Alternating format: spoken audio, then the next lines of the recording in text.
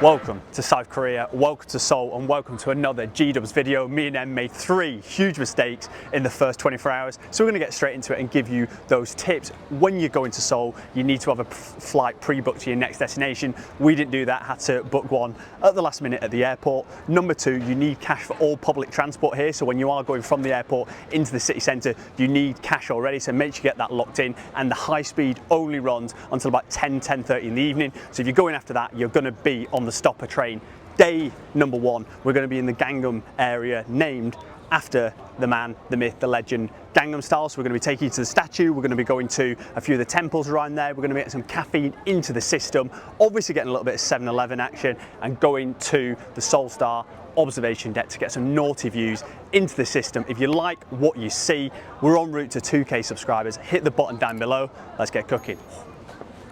First things first, got to get a little bit of fuel in the system, and obviously trying to be a little bit more frugal with money. Country number 9 of about 25, 26 on this trip, so we can't be eating out for every single meal like we've done thus far. Back with the trusty 7-Eleven, you cannot go wrong.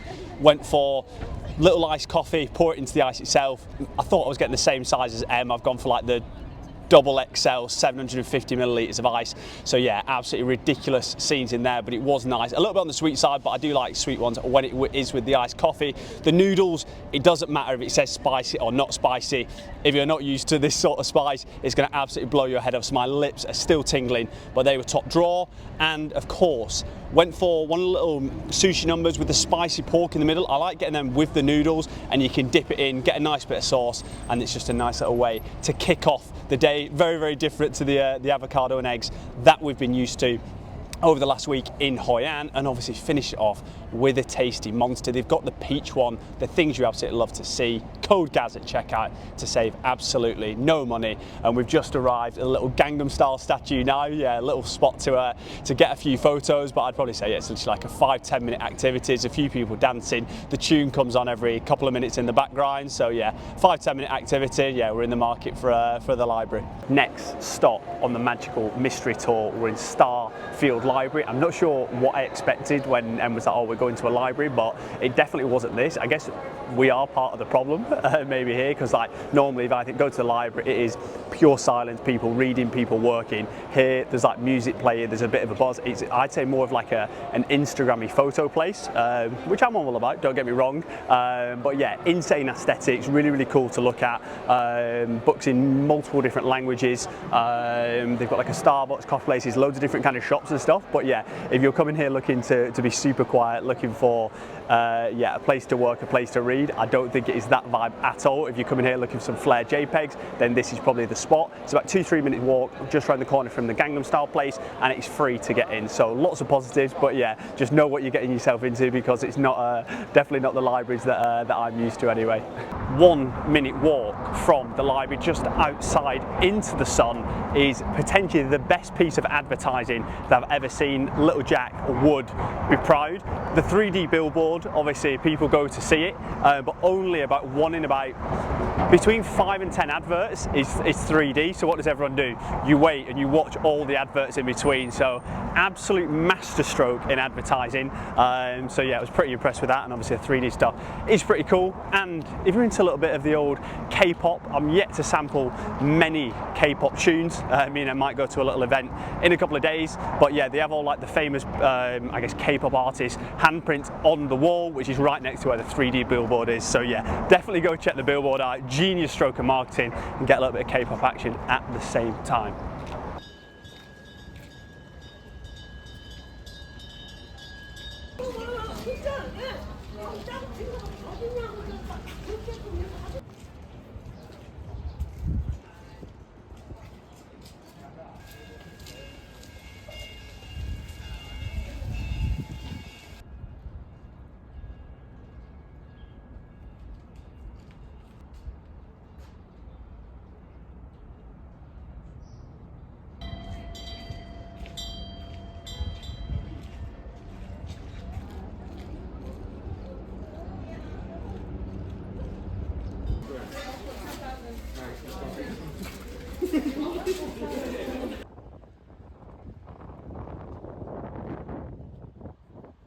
Seoul Sky Viewpoint, £16 per person to go in.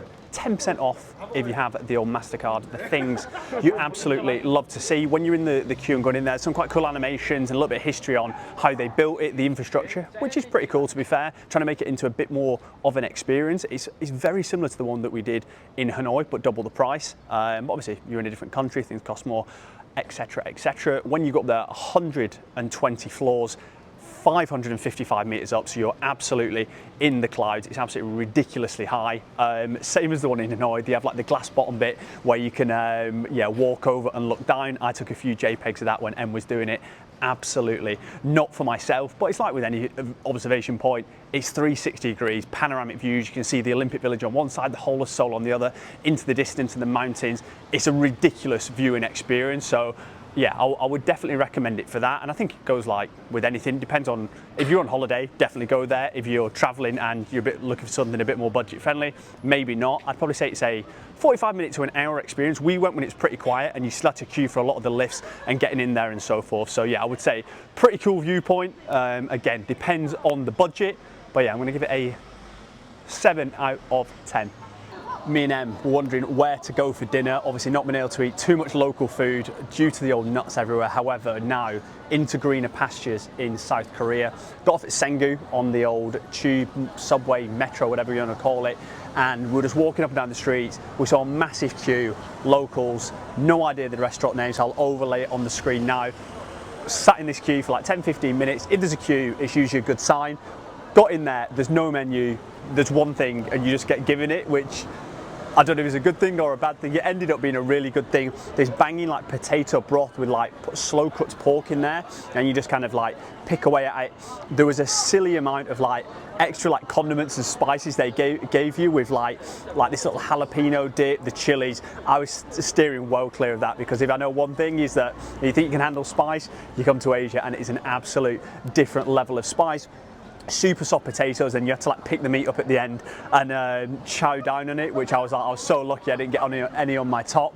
Em tried to get like a soft drink, like I don't know, it's like a Coke or whatever, came back with like a 6% rice milk wine drink. So yeah, if you are going to go there, I think it's bring your own soft drinks, but if you want alcohol, you buy it in there. But yeah, silly food, nice to have something a bit different. Definitely gets the G-Dub seal of approval. 8 out of 10 for me. Get it on the list. Cheers now. Day number 1 complete. Seoul, living up to expectations, very futuristic, very similar to our experience back in Japan about 5 years ago. Highlight of the day, one that's just got outside the highlight, is trying a little bit of different food. Obviously great to be in a place where I'm not inundated with nuts and peanuts, but the highlight was the observation deck. Phenomenal views, good overall experience. £16, a little bit on the steep side I think for what you got, but can't complain at the views, and definitely won't be looking down at the glass anytime soon. Loved the temple, not usually into that sort of stuff, but I thought there's a real peacefulness, real tranquility about the vibes. So that's day 1. Day 2 coming tomorrow, so if you like what you see, drop a subscription down in the channel below. We're en route to 2K subs, and remember baby, the chef is always cooking. Let's get it.